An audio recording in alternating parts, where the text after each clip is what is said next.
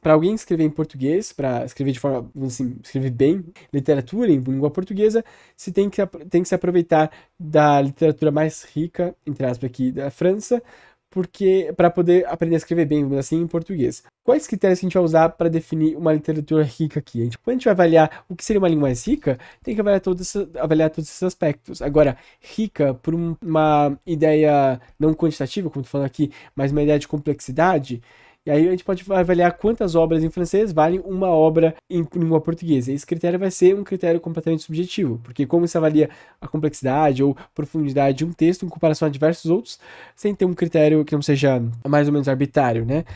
Então você tem que ter os modelos, e evidentemente você tem que partir do modelo de uma literatura que seja mais rica do que a sua. Tá Hum, certo? Não tem jeito de você aprender a escrever lendo só em português. Isso é impossível. Né?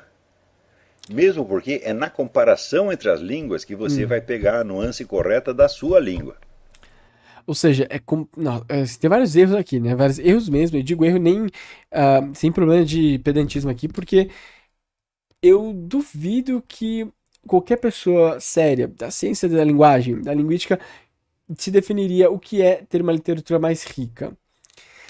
Se a gente pensar em termos. Eu até expandi a imagem aqui, então, dizer que o português, para alguém escrever em português, para escrever de forma, vamos assim, escrever bem, podemos dizer assim, literatura em língua portuguesa, tem que se aproveitar da literatura mais rica, entre aspas, aqui da França, porque para poder aprender a escrever bem, vamos dizer assim, em português. Quais critérios que a gente vai usar para definir uma literatura rica aqui? A gente pode pensar em termos quantitativos, então, maior quantidade de obras publicadas ou produzidas na língua francesa. Isso pode ser verdade, pode ser que nós tenhamos realmente uma produção de livros em língua francesa maior, até porque, só que, quer dizer, na verdade, isso considerando, desculpa, isso desconsiderando os processos de evolução, de formação das sociedades e da língua, né? Então vamos pensar assim, que o francês é uma língua mais antiga que a língua portuguesa, se não me engano é do século IX, alguma coisa assim. É, antes do século X, com certeza. E que a língua portuguesa é ali século XI, vai, 12, se você for um pouco, enfim, um pouco mais criterioso ali. Então, se a língua portuguesa é de um período posterior, vamos dizer assim, só ali a produção, porque a gente só sabe dessas formações, vamos dizer assim, de acordo com a produção escrita, né? Porque a gente não tem como ver as pessoas falando a língua francesa e portuguesa nessas épocas, antes de qualquer mecanismo de gravação, antes do século XIX, vamos dizer assim, né?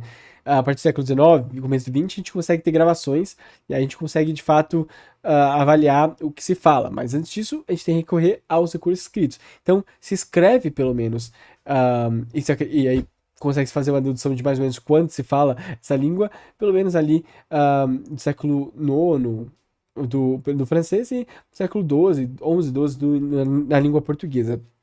Então, se a língua portuguesa também começou a produzir, talvez assim, conteúdos ah, literários produzidos escritos em língua portuguesa de verdade a partir do século XII, ou seja, aí alguns séculos de diferença entre o francês, quantitativamente é esperado se entenda que o francês tem a maior quantidade de produção literária. Além do que, o francês, a gente não pode desassociar, é isso que eu falo, o estudo da língua não pode ser desassociado da história e da evolução das sociedades que usam essa língua, porque a língua não é uma coisa, um objeto que tem uma vida por si só. Então eu não consigo falar da produção linguística do francês sem pensar na comunidade francesa, na sociedade francesa que produziu aquela literatura, que também é a mesma sociedade que tinha um poder militar, um poder econômico, uma realeza que impunha seus modos de, de ser, vamos dizer, elas lançavam as tendências ali das aristocracias e nobrezas na Europa, né? Então a corte portuguesa tentava imitar o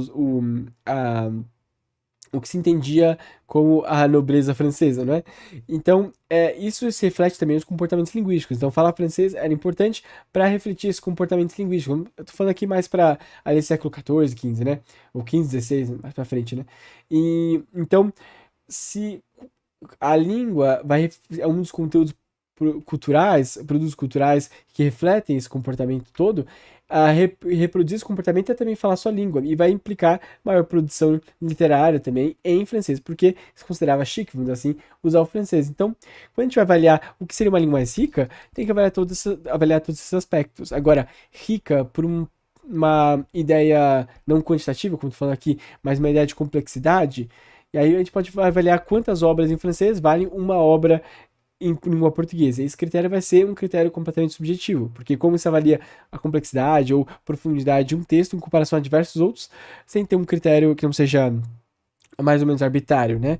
Porque complexidade não necessariamente quer dizer um truncamento difícil de ideias ou quase uma ineligibilidade do que está escrito, né? A gente pode pensar que muita gente escreve difícil não porque tem ideias muito complexas, mas porque se escreve propositalmente, às vezes, ou até por uma falta de costume de falar com pessoas que não estão na sua bolha erudita, vamos dizer assim, de forma mais difícil. Então, isso não quer dizer que torna a obra necessariamente mais interessante, mas torna ela mais complexa de ler, porque ela exige uma certa competência de erudição mesmo para decodificar o código, para poder usar um dicionário, entender as palavras que estão ali, entender os sentidos delas, né?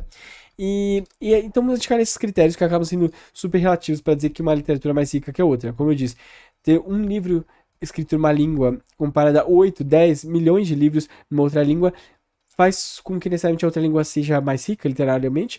Ou será que esse livro pode conter talvez conteúdos mais interessantes que todas as obras combinadas, né? Estatisticamente é difícil, mas não é impossível pensar nessa ideia.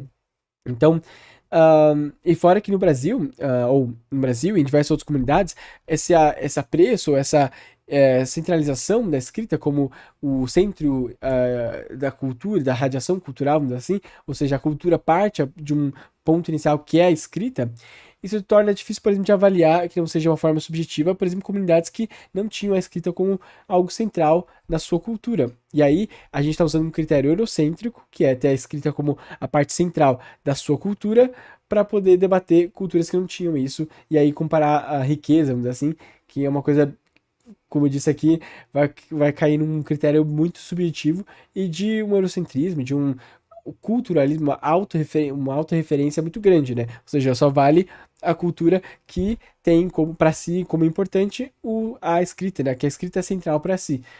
Tem culturas que não têm a escrita como algo central para si. E aí, nesse caso, a gente vai descartar, segundo esse critério, toda a sua produção literária oral, por exemplo, né? Literária aqui, no caso não seria literária no sentido tradicional, mas seria a sua produção de histórias e ideias filosóficas tudo orais. Lembrando que, por exemplo, nem todas as comunidades ocidentais, entre aspas, aqui, eram sociedades centradas na grafia, não eram grafocêntricas. Por exemplo, se a gente for pensar nos ensinamentos de Sócrates, que são ensinamentos até hoje muito bem avaliados, né, pelas pessoas que se consideram parte dessa cultura ocidental, vamos dizer assim, cristã, judaica aí, que parte da Europa, lembrando que o Sócrates não escrevia nada sobre as suas ideias. Então, o que se tem, o que se conhece sobre Sócrates foi escrito por Platão, com todas as distorções que a gente pode imaginar que são possíveis das ideias de Sócrates, ou a interpretação do que Platão tinha das ideias de Sócrates. Então, mesmo os símbolos máximos de cultura e de erudição, assim, da cultura ocidental, que se tenta prezar pela cultura ocidental, também não se baseava unicamente na grafia. Como eu disse, Sócrates, que acho que muitos concordariam ali, que é uma pessoa interessante de se analisar, de se estudar até hoje, né, relevante, ela não tinha ali, ele não tinha como centro da sua produção de vida, vamos dizer assim, da sua obra, a produção escrita, mas sim a sua formação de outras pessoas ou das discussões que ele tinha com as pessoas, vamos dizer assim, né? Então, Sócrates, pela sua importância, é consagrado hoje porque alguém escreveu sobre ele, mas em outras culturas que não se escreveu sobre essas culturas porque se massacrou e se matou as pessoas que podiam escrever sobre ela, aí já não é tão importante e relevante porque a gente não tem acesso a elas, né?